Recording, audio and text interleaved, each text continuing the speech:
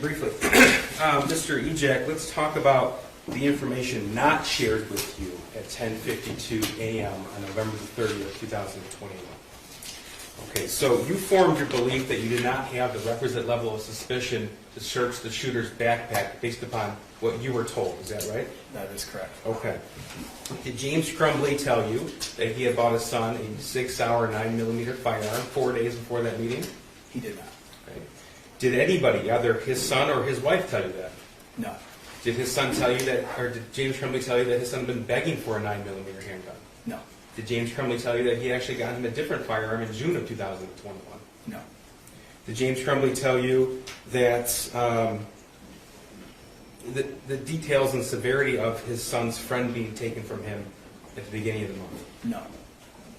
Now, you indicated that as far as a discipline standpoint, your belief was that the mental health concerns would override. Yes. So tell me about that. So when you have a student who is being seen for mental health, and there also are some minor violations, this being a second day of insubordination, essentially, the mental health concern is what takes precedence because you want to build that relationship with the student and let them know that it's a safe space, and you don't want to follow it up with some kind of a negative interaction, such as a discipline. Is that one of the reasons why Mr. Hopkins led the meeting? Yes. Did your lens ever change from mental health to discipline? It never did, no. And is that based upon the information that you learned that day? Yes. Did James Crumbley ever tell you that the 6-hour 9mm handgun that he bought for his son was kept unlocked in the home? No. You were asked about certain indicators in your experience when you consider discipline. Is access to an unlocked firearm, is that an indicator? Yes. Is that something to consider, had you known that? It would be something to consider. Okay, but that information was not shared with you. No, it was not. Now, just so we're clear, sir, the information that you and Mr. Hopkins were told on November the 30th, that information wasn't shared with anybody else in administration, is that correct? That's correct. Okay.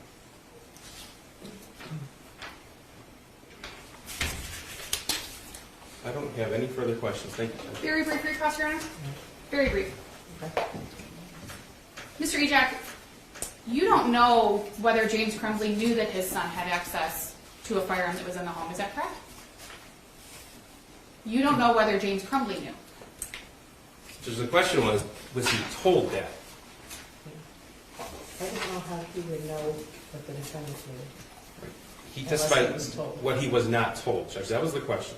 Yeah, he said he wasn't told, but I don't know how he would know what your client knew unless he had a conversation about that. Thank you. You don't know whether Mr. Crumbley's son had expressed any sadness over his friend moving to his parents, based on the information that you had on November 30th. Can you say Yes, that? it was kind of a Are you convoluted asking question. whether it was discussed in that meeting or? Whether Mr. Ejak knew that Mr. Crumbley's son had expressed any of this sadness that they had identified to his parents prior to that meeting. Do you know if he did? I'm not sure what you're trying to ask. I'm sorry. Yes. Do you know if James Crumbley was aware of this sadness that you all had identified during this meeting with Mr. Hopkins? I do not know. No further questions, Your Honor. Was the information that was shared from Sean Hopkins regarding the emails that he received? Yes. Okay. And he went through the drawing with James and Jennifer Crumbley? Yes. And at no point did James or Jennifer Crumbley ever say that the firearm purchased 4 days before mirrors the firearm drawn on that math worksheet? They did not. Thank you. Nothing.